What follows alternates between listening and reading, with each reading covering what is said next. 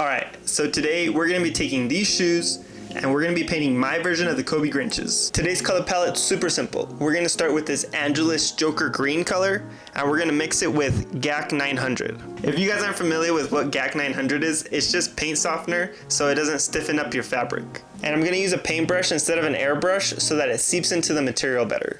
I always start a shoe by removing the factory finish with acetone. Just be aware of what materials you are working on so you don't ruin your shoe. For example, this back tab is made of plastic, so instead of using acetone which could melt it, I use rubbing alcohol instead.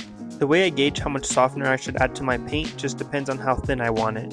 This paint's already pretty thin, so I didn't add as much softener. I'm going to use the paint that I mixed on the parts of the shoe that are made of cloth. You'll see that as I'm painting, I'm leaving certain spots white, and that's because I'm going to come back to those with only paint.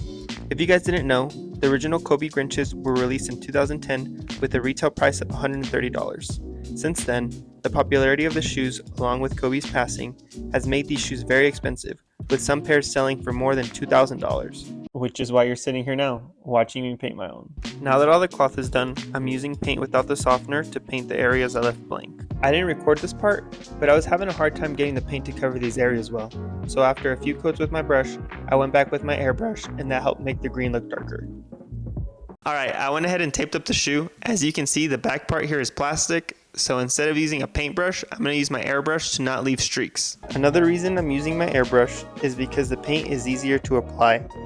Paint can also easily scratch off of plastic, so I mixed in some scratch resistant to ensure the paint won't come off. The green's all done. The only thing left to do is paint the Mamba logo red. I just want to take a quick moment to thank every single person that has subscribed, watches my videos, and supports me in what I do, because without you guys, I wouldn't be able to make these videos. If you would like to be the next person on my Painting My Subscriber Shoes series, then make sure to subscribe to my channel and message me on Instagram with what shoe you would like customized. That's it for these. Let me know down in the comments what you guys think. We'll catch you guys next time. Peace.